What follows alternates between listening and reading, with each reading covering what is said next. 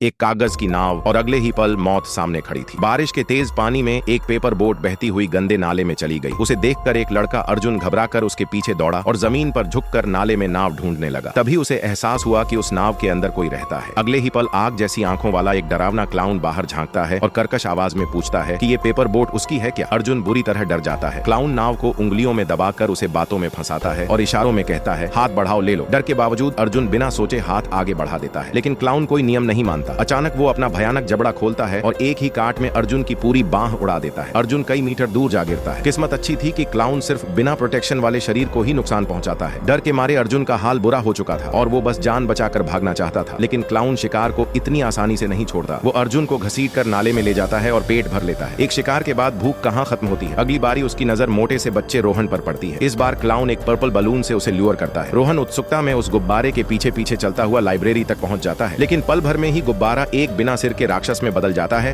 और रोहन पर झपट पड़ता है। रोहन पूरी ताकत लगाकर भागता है और एक सेकंड के लिए भी नहीं रुकता। तभी लाइब्रेरी की आंटी बाहर आ जाती है और किसी तरह क्लाउन को भगा देती है। रोहन आज मौत के मुंह से निकल आया था, लेकिन शहर में वो क्लाउन अब भी कहीं न कहीं भूखा घूम रहा था।